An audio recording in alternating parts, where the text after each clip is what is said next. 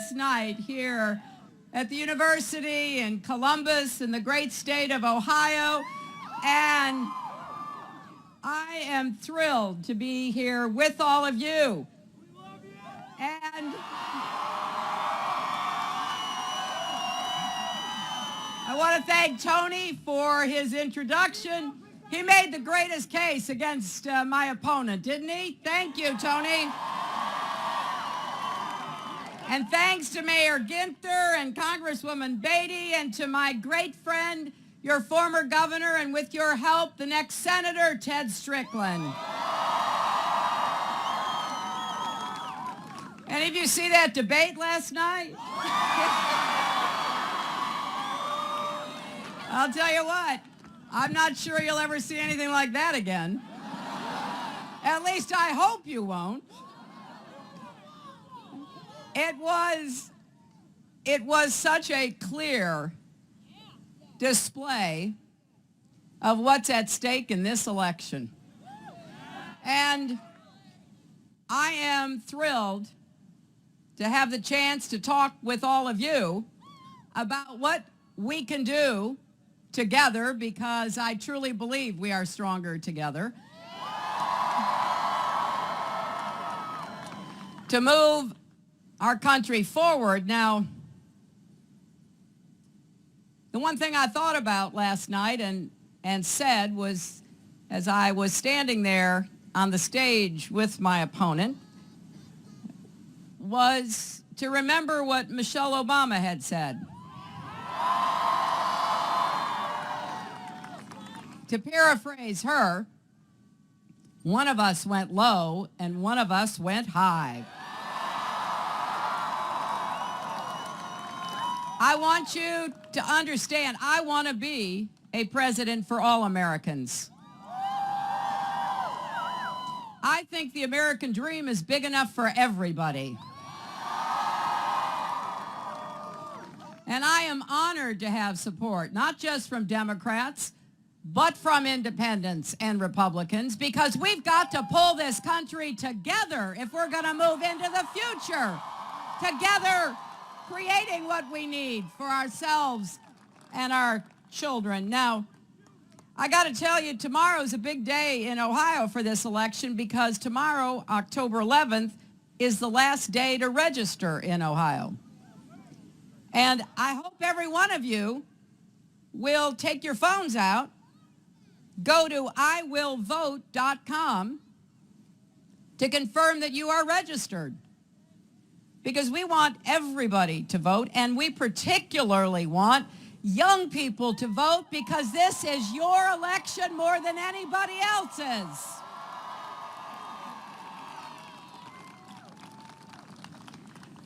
When I think about the challenges that we're facing, I don't think any one person has all the answers. I think we have to listen to each other and respect each other and celebrate our diversity, because that makes us smarter as well as stronger.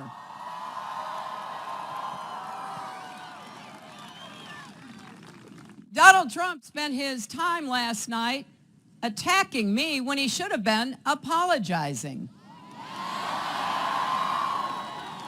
We all heard on that tape what he thinks of women and how he treats women. And last night, he doubled down on his excuse, saying that, well, it's just locker room banter. You know what's happened today, which is so interesting, is that a lot of athletes and coaches from the NBA, from Major League Baseball, from the NFL, and more, have been coming forward, tweeting. They've been saying, no, that's not what happens in our locker rooms. And I just happen to think that our athletes and our coaches know a lot more about what happens in locker rooms than Donald Trump does.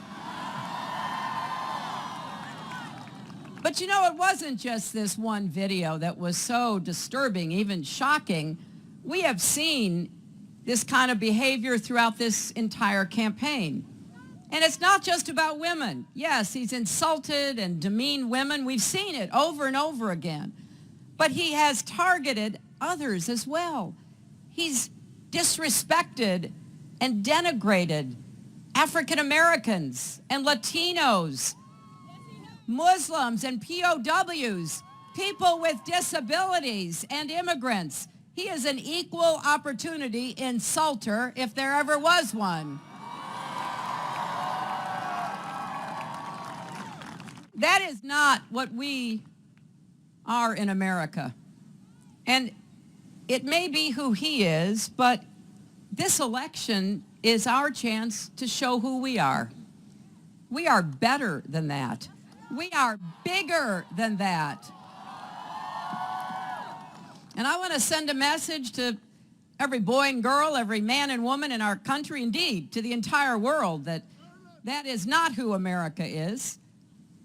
And we can do that by making sure that we turn out in the biggest numbers ever. Some analysts are saying we may have the biggest presidential election than we've had in a really long time.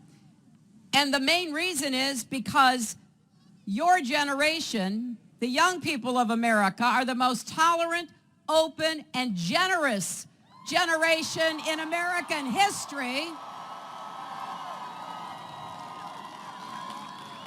You know what's at stake, but you also know what you believe. And you don't want someone who says that he's going to appoint Supreme Court justices who will reverse marriage equality, who will keep Citizens United, one of the worst decisions ever made, that allowed dark, unaccountable money in our electoral system, that will reverse a woman's right to make her own health care decisions, who will defund Planned Parenthood. You know better than that. You are helping us move toward a more perfect union. That has been the story of America at our best. We keep widening the circle of opportunity and inviting more people in.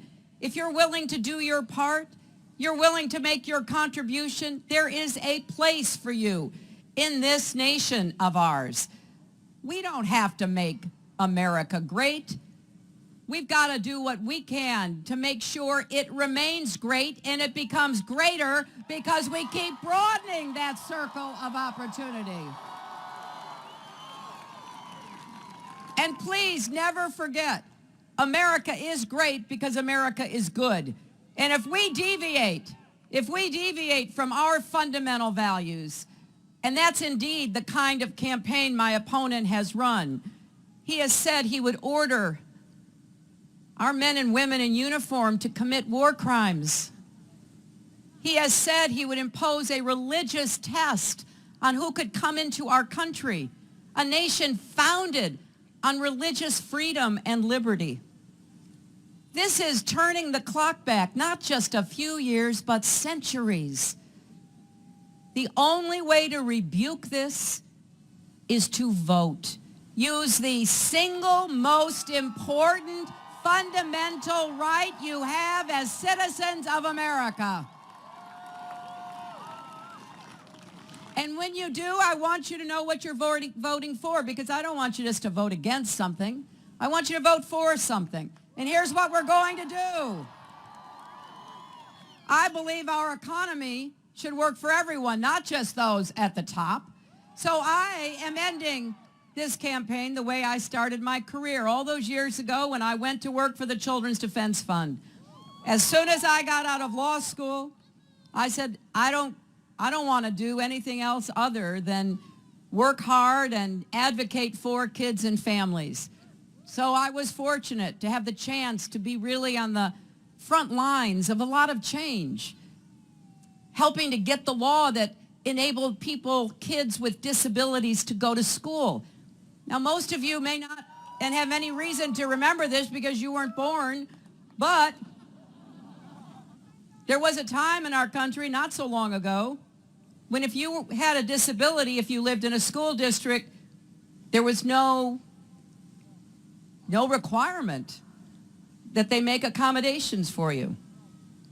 And literally millions of kids were denied an education. I went door to door getting information about what was going on with these children so that I could contribute a report to a big national effort to go to the Congress and say, this is wrong. In America, we're better than this.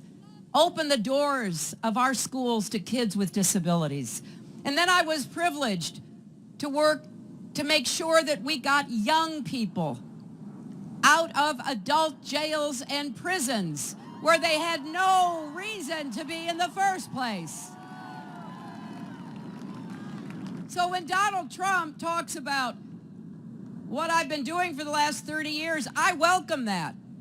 I welcome it because in the 1970s, I was working to end discrimination, and he was being sued by the Justice Department for racial discrimination against people in his apartments.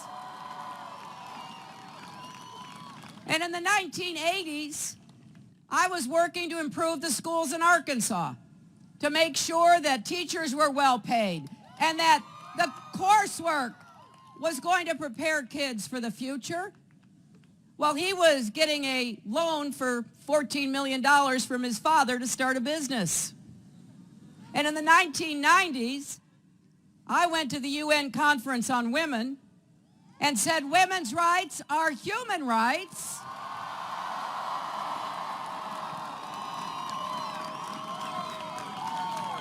While he was insulting Miss Universe, Alicia Machado. And on the day that I was in the Situation Room watching the raid that brought Osama bin Laden to justice, he was hosting Celebrity Apprentice. So if he wants to talk about what we've been doing the last 30 years, bring it on.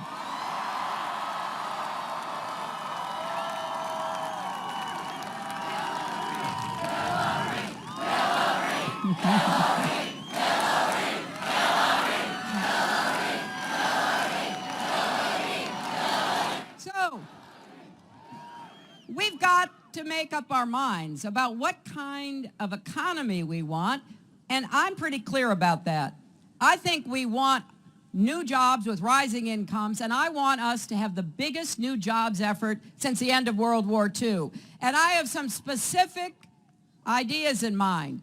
We are going to have a big investment in infrastructure, our roads, our bridges, our tunnels, our ports, our airports, our water systems. They need to be upgraded and maintained and built. That is a question of competitiveness. We have to have a competitive economy. Our airports are so run down, we don't even have one airport in our entire country in the top 25 in the world because we're not using the newest technology. We're not really prepared to do what we need to invest in you and invest in those new jobs. I do want to bring advanced manufacturing. I heard Ted Strickland talking about that. I think we can have a manufacturing renaissance. There is no reason that we cannot own new manufacturing. I'm not interested in a race to the bottom and competing for low-wage jobs. I'm interested in competing for the high-wage jobs. So let's lead in precision machining, 3D printing. And let's be the clean energy superpower of the 21st century.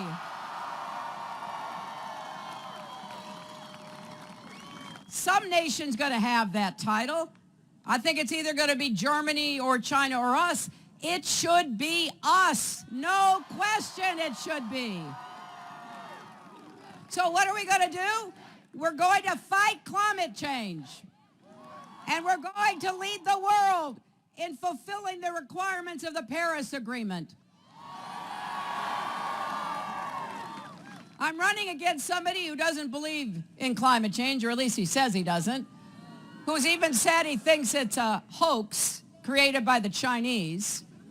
Well, right now, the Chinese have twice as much renewable energy as we do. So maybe they think it's a hoax, but they're investing, and they're creating, and they're going to want to export. And what a shame it would be. We have innovated. We have made the technology that could bring us into the forefront of this, and we're going to do it. When I am president, I want all of you who care about science, technology, engineering, mathematics, I want you to be part of it.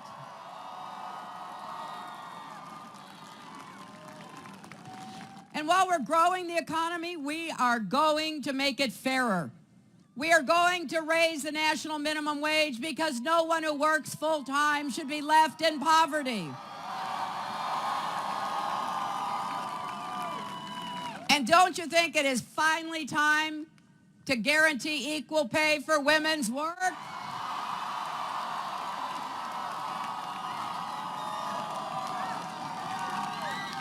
You know, back in the spring, I was at a town hall in Las Vegas, and a little girl raised her hand, and I called on her, and she said to me, if you're elected president, does a girl president make the same as a boy president? I said, well, that's one of those jobs where they have to publish what you make. So we're going to have more transparency so people have more incentive to make sure that everybody is treated fairly. And I'll tell you something else. I want to do more to promote profit sharing. If you help to make the profits, it shouldn't all just go to the executives and the shareholders. You should be able to share in that. Now, there's a lot we can do, and people say, well, how are you going to pay for it? Well, I'm going to go where the money is. And all the money has gone to the wealthiest in our country. I have made a pledge, and you can hold me to it. I will not raise taxes on the middle class. Nobody who is working hard to get ahead should be asked to pay more in taxes when we have so many people who have done so well and are not paying their fair share. Now, Donald Trump is the poster child for this. Last night, he finally admitted he hasn't paid a dime in federal income tax for years. Now, he claims that's because back in the early 1990s, he apparently lost $1 billion running casinos. Who loses money running casinos? Really? Now, one of his supporters said, well, the fact that he lost $1 billion and that meant he didn't have to pay taxes made him a genius. Well, I guess you do have to be a genius to lose $1 billion in a year. But I'll tell you what that meant was he paid zero for the military, zero for our vets, zero for Pell Grants to help a lot of you afford college and get through college. And then he did something that in retrospect seemed both odd and not very smart. He brought in Warren Buffett. He said, well, everybody does this. Warren Buffett does this. So Warren Buffett, who, by the way, is a real billionaire,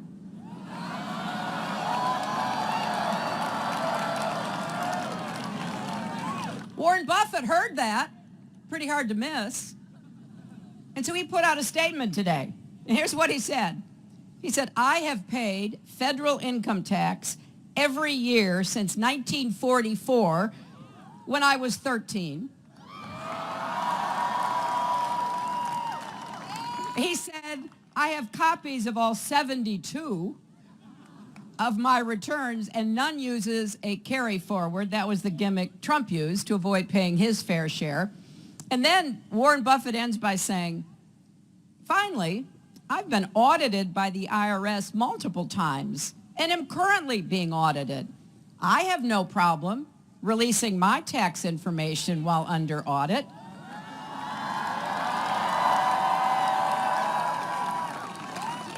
Neither would Mr. Trump. At least he would have no legal problem in doing so. Well, you know, if you take a shot at Warren Buffett, you'd better be prepared. And in fact, Warren Buffett actually agrees with me that wealthy people ought to pay more. He says no person in his fortunate position in life should be paying a lower tax rate than people who work for him. And he has proposed what's called the Buffett rule. And I'm absolutely behind that. And I've said that's one of the changes I want, so that the wealthy have to pay their fair share. Now, there was a lot about last night that was hard to believe, and so don't.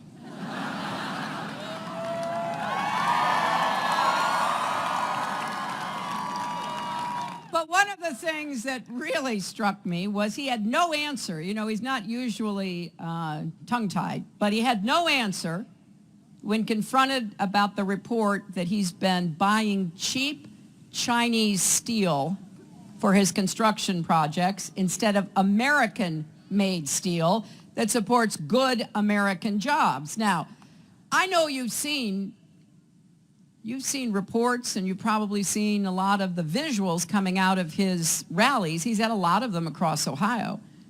He claims to be on the side of workers. He especially likes to talk about how he supports American steel workers. He even had the nerve, this is what kills me about him, he even had the nerve to brag about how American steel will send new skyscrapers soaring. And the whole time he was hiding the truth, hiding the fact that he chose to buy illegally dumped Chinese steel instead of American steel. You know, when China illegally floods our market with steel at below price, and people like Trump buy it, that kills jobs. It kills jobs in this state, including right here in Columbus. This May, Columbus Castings, the biggest single-site foundry in America, just 7 miles from where we are tonight, filed for bankruptcy and announced that 800 workers would be laid off.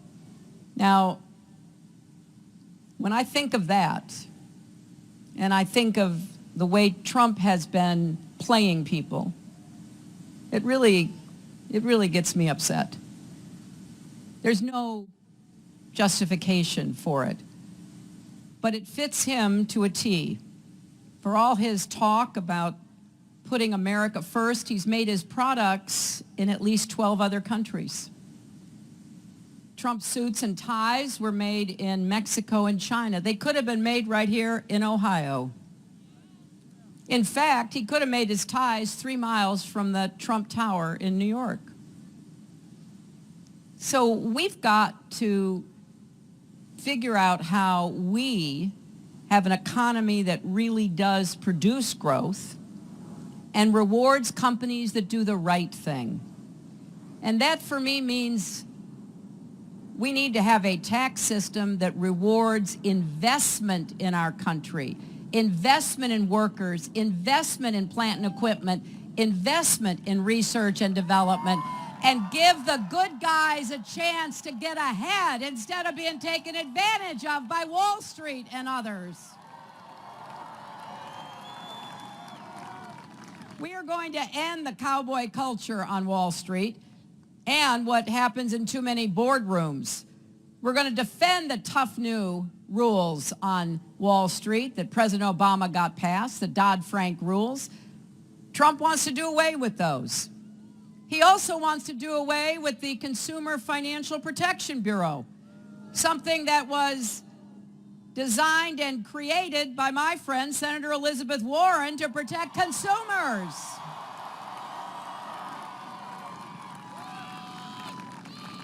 He wants to do away with that. And yet he claims to be on the side of working people and the middle class. Well, we're going to crack down on corporate fraud like we've seen at Wells Fargo. We're going to crack down to make sure that Wall Street can never wreck Main Street again. And we're going to do it in part by imposing some penalties on companies that try to pick up and leave America. If they try to leave, we're going to slap an exit tax on them and make them pay back every single penny they ever got in tax benefits from anybody in America.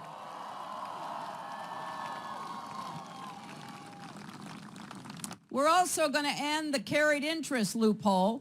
I've been trying to get that done for years. We're going to get it done. We've got a couple of different ways of doing it. I hope the Congress goes along with us, but if they don't, we're going to figure out a way to finally put an end to what is one of the most unfair parts of the whole tax code. Hedge fund managers and others paying a lower tax rate, not for investing, but just for moving money around. That's going to end. I want to reward the productive economy. I don't want to keep rewarding the financial economy. That is not the way we're going to grow new businesses, create new opportunities, and more jobs for Americans.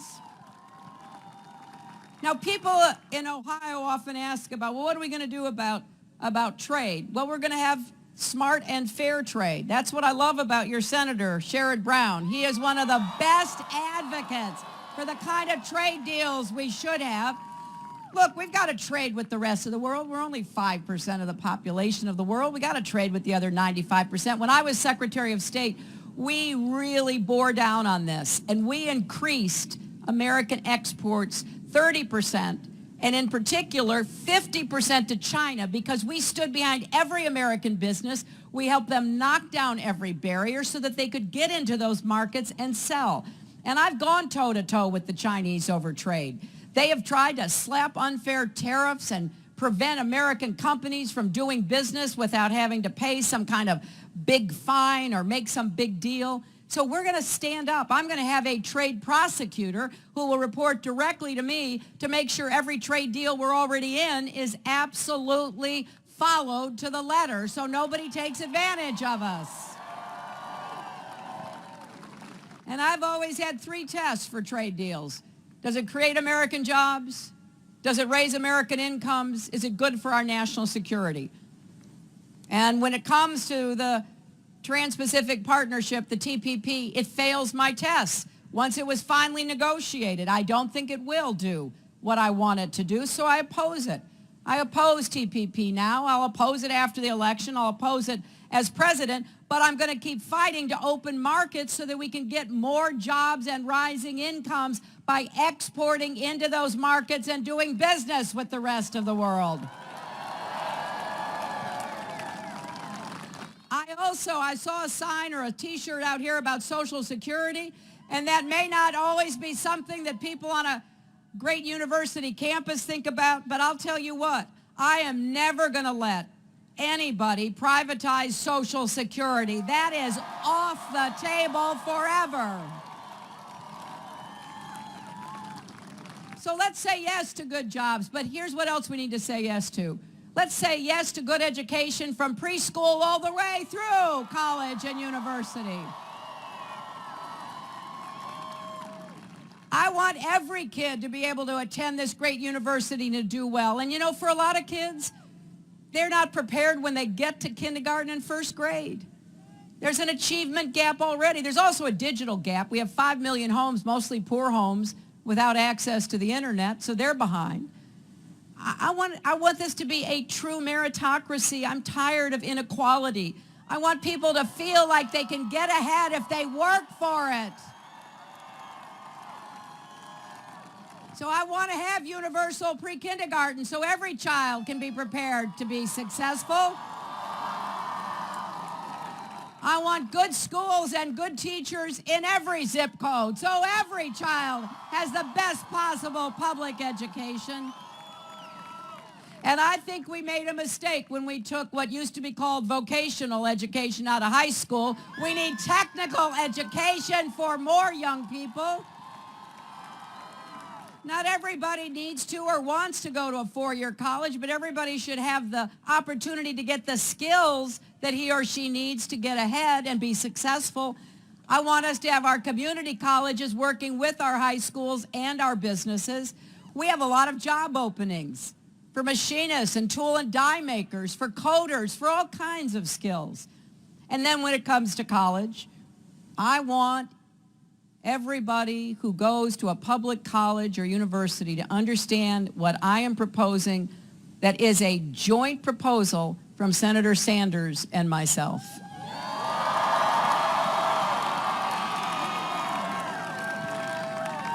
We both remember that college was affordable.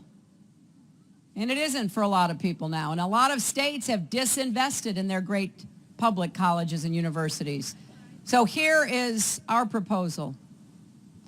We want anyone from a family that makes less than $125,000 a year to go to Ohio State University tuition free.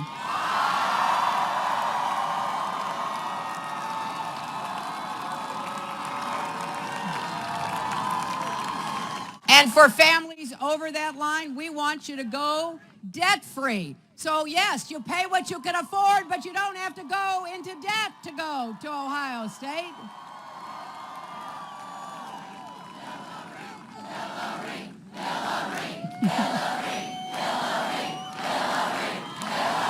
And I'll tell you, the other big problem, how many of you already have student debt? Oh, wow, practically every hand. Well, here's what we're going to do. We're going to make it possible for you to refinance that debt. If you can refinance your home mortgage or a car payment, or if Donald can refinance his airplane, you ought to be able to refinance your student debt. And then we want you to pay it back as a percentage of the income you make. And have a limit on that, 10%. So that, I feel personally about this because that's what I did after law school. You know, my dad was a small businessman and he really was a saver. He didn't even have a credit card. Didn't believe in that. So he saved the money for me to go to college. I had to work if I wanted to buy a book, but that was okay. That was the arrangement. And then I told him I wanted to go to law school. He said, "You're on your own. I don't have any money for that." So I worked, I got a small scholarship, and I took out loans. But boy, was I lucky because I got into one of the earliest income repayment programs. In other words, when I got out of law school, I could go to work for the Children's Defense Fund and make, I don't know, $14,000 a year because I could pay it back as a percentage of my income, not on an interest rate of 8, 10, 12% like I see from young people across America. So that's what I want, but I want to make it possible if you do public service or national service to have a lot of your loan and maybe all of it forgiven because you're going to be paying back to our country. And I've got this idea about something I'm called the National Service Reserve. It's kind of like if any of you have ever been in the military reserve. You get the training and you're kind of on call and you practice and train, and then if you're needed, you're called up. I want a civilian National Reserve.